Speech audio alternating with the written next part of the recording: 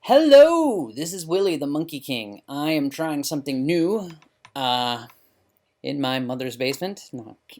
No, actually, I have more standards. It's not my mother's basement, it's my in-law's basement. Anyway, I've come to you to posit to prove my punditry prowess by giving you my 2 cents about the announcement of Gotham High. Ha! There you go. Gotham High. For those who do not know, it was a comic. It's a graphic novel that DC announced. Whoops! Very campy trailer that sucks. Okay. However, what I find really funny is that with all the YouTubers that I listen to, etc., they so okay, I wrote a script actually. Dude. I wrote a script, and I was trying not to come off as, as performed as if I was reading a script. Like I can read a script without making it sound like I'm a robot, but um, I wanted to come off as more, like off the cuff and stuff. Anyway, let me see. I'm skimming through my script instead of reading it off because I'm an idiot. I'll tell you what. I will read it off, and then if it gets really bad, then I'll stop and I'll try and be more professional. Okay.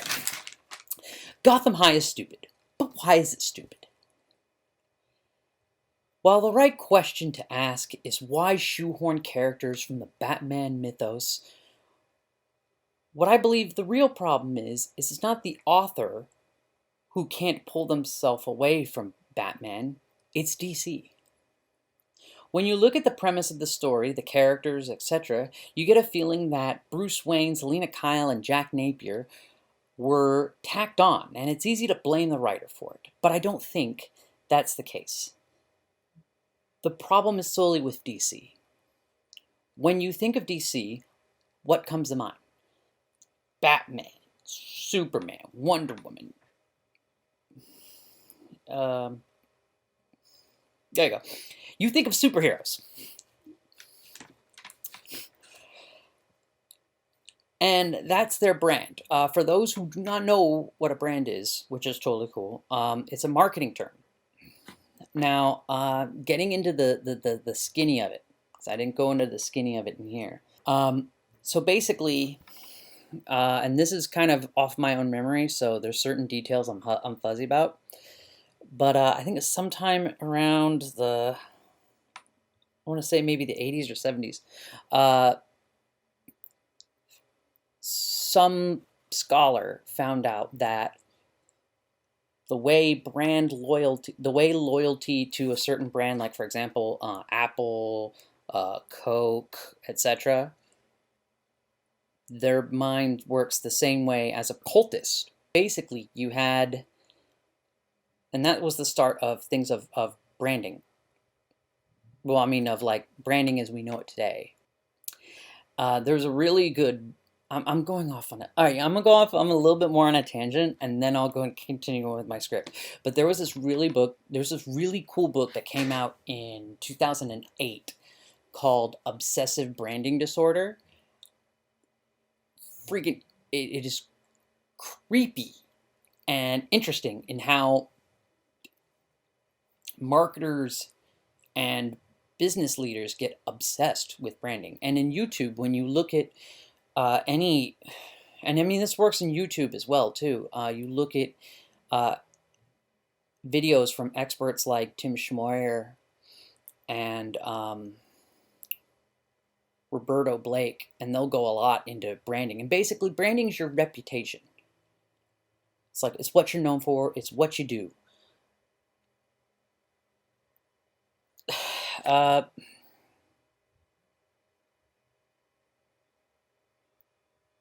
Oh, here you go. So the problem is solely with DC. When you think of DC, what comes to mind is Batman, Superman, Wonder Woman. You think superheroes. That is their brand or reputation.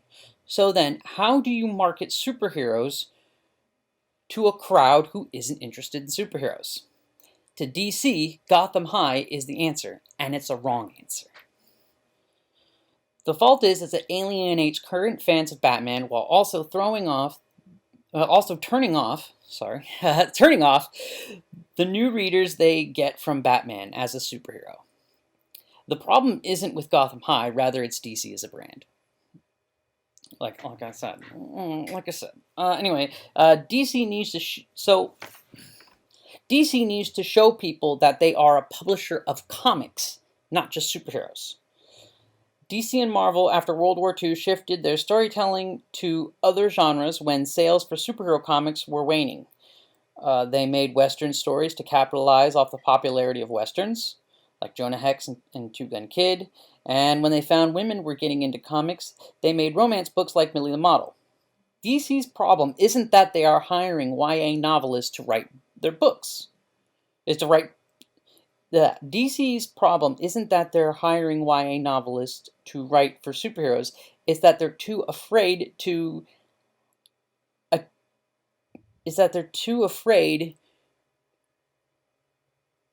Attach their name to something that doesn't involve superheroes, or attach their name to a YA comic book. That's what I said exactly.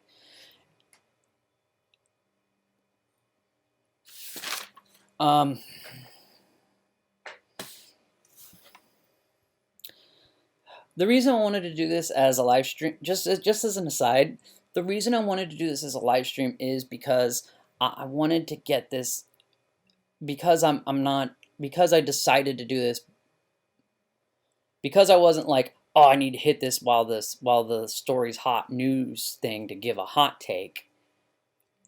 I wanted to, since I'm kind of late to the party, I didn't want to spend like a day or half a day editing, meticulously editing, looking for all the pictures and stuff to go through and put this out to you. I really wanted to put this out to you, which is why I am totally embarrassing myself by being my awkward self.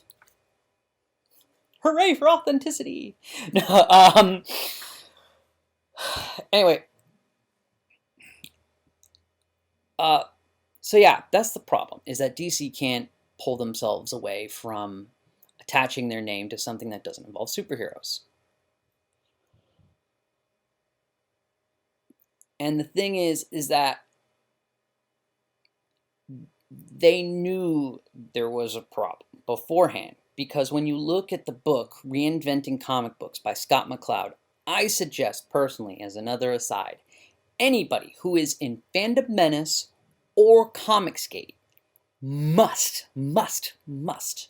read Reinventing Comic Books. It's done in a graphic novel format. It's technically a graphic novel. It is shock. It not only, it's like everything basically that your boy Zach, aka Dick Miner, or Sweetcast or any of them talk about, they've kind of been covered back then, and that was published in 2000, 2001. And it still holds up. It is like the points he makes, with the exceptions to webcomics. That's the one where it kind of drifted. They still hold up true. Anyway. So, oh man, where was I? This is what happens when you get the authentic Willie. You get the most, like... Anyway. Okay, so when you look at Reinventing Comic Books by Scott McCloud, McCloud lays out two problems haunting the American comics industry in the late 90s. The book was, like I said, published 2000, 2001. The lack of diversity in the voices of the storytellers and the diversity in genres. So when you read the book, yeah, it makes it seem like, oh, because he does the whole thing of like, oh, like basically straight, middle-aged white men, like, like have something more different than just, straight middle-aged white men. And while he does say that, and he does like say, well, include people who are, LGBT, women, etc., is what the point he's, when you kind of like see what he's saying, he's also really getting at different points of view, different voices. Like, for example, bringing in a YA novel to make a romance graphic novel. Or, yeah, or basically, someone who is a hardcore, or basically even like someone like an Ethan Van Sciver, or a, shit, even if you had like a Mecha Random 42, or mm, that Star Wars girl. I'm sorry, I sounded all creepy. It's like, Anna. Sorry. It was like did not come out right. Uh, anyway, yeah, and diversity in genre, and we see this. You know what? Actually, I. You know what? All right. And the thing is, though, is we see the result of that with the rise of manga. Because the thing with manga is that it doesn't any. No matter what type of story you're into, there's a manga for it. If you're into horror, if you're into like sports, like if you're into sports, like like sports stories and stuff, there's like these like teen drama ones of like basketball teams or swim teams and stuff. But it's all over the map, and that's really what American comics should have done. And the thing is, while like IDW and Dark Horse and stuff, while they have done that, you haven't really seen it from the big two, and that's the problem. Because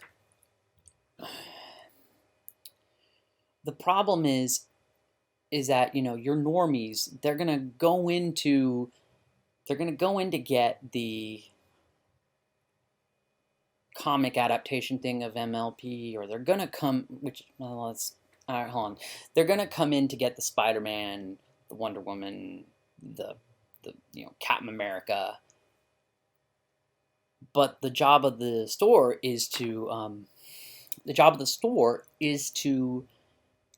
also turn like, hey, you know what? If you like this, you might also like this.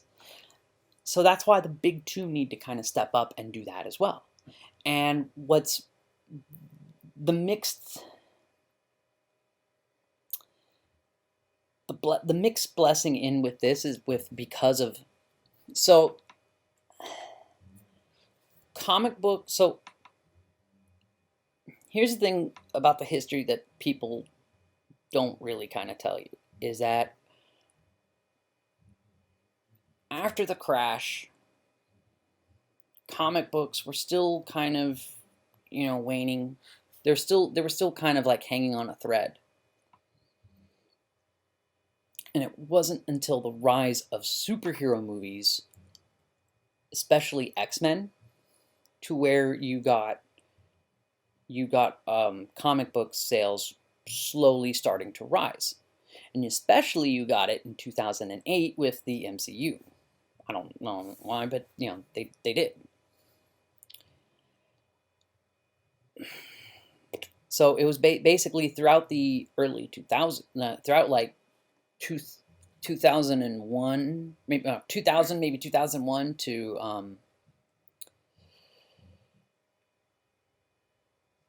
when was it? Like 2007, 2008. You got people kind of coming in, going into comic book stores because like, hey, I know this movie's coming out and they said it was going to be, they got inspiration from these books, so I want to look into these books and get in. And a brilliant case in point is freaking Watchmen. When the Watchmen movie came out, actually, no, I take that back. Before the movie came out, like when they were starting to do like the early stuff, people were, is that DC, instead of being like, oh yeah, we made Watchmen, whatever, that was that thing that, yeah, it was like, that was that prestige book, which we did, which we, can't, because of how it was written, we couldn't really do anything with it afterwards. And sales just grew, and they, like, all of a sudden you would see where stores wouldn't bother carrying Watchmen. They were like, they were putting displays up for it and up in front, and just sales, just jacked up. And you got people like reading, you got a whole bunch of people reading Watchmen because it was like, oh, hey, this is this thing that. So it was because of the superhero films that the industry was able to stay afloat despite their horrible business practices. And you had, I think, I want to say around 2012 when Avengers came out, and you had a bunch of people wanting Captain America, Iron Man, and Thor, and they're like, oh yeah, Thor's a chick now, and Iron Man's this young black woman, and Falcon is Cap. Because you had a bunch of people like, oh dude, I liked Thor. He was so, like, actually, my girlfriend, when she was in her comic shop, she wanted a Thor comic, and the guy at the shop told her, like, oh, you want it just because Chris Hemsworth's hot. In all honesty, who gives a fuck if she wanted to buy it because Chris Hemsworth's hot? It's a fucking sale, man. You're getting someone into comics. You're getting someone to buy a comic, to look into a comic. Who gives a shit? Anyway, so yeah, that's the problem. But the blessing in disguise is, getting back to my scattered brain self, is that normies know DC. Normies know Marvel.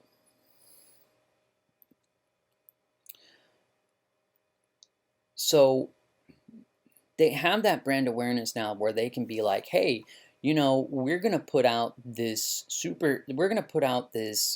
comic book that's a YA comic. And if like Kevin Feige, and if it did well, and Kevin Feige always be like, hey, we're going to produce this movie, this Marvel Studios movie that isn't a superhero movie. It's a romance movie or whatever.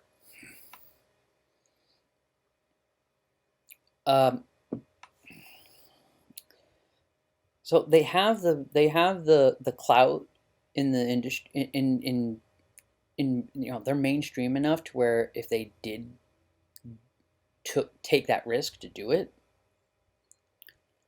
they can succeed. They took that risk to do that. They could have a surprise hit and bring in some more. Basically, because as people like your boy Zach and EVS have kind of shows, like the people like Max Visaggio, etc. Pardon me, these are more YA novels, not YA authors. And it's like they clearly don't care about superheroes. Which is fine, they're allowed to not like it. But the problem is that because they're so tight, because their brand isn't being a comic book publisher, rather a superhero comic book publisher, they cannot risk deviating from their brand to put out a YA book, horror book that doesn't have anything to do with superheroes. And that's the problem.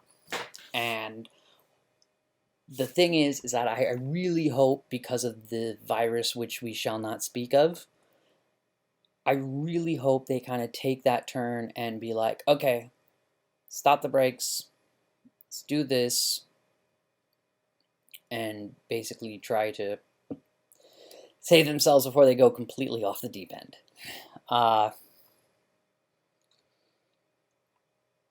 Let me see. Oh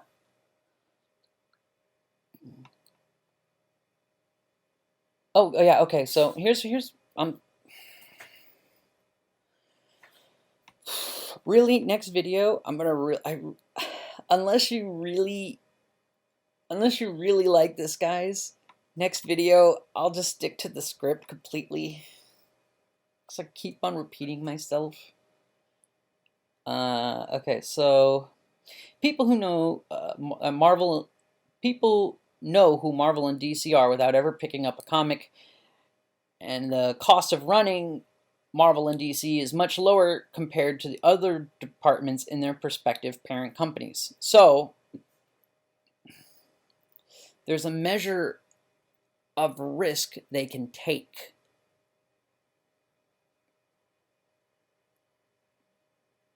If they play their cards right. So here's hoping. That's my video.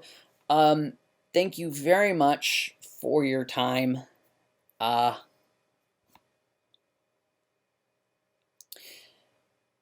Feel free to like, comment, all that stuff, and have a very nice day.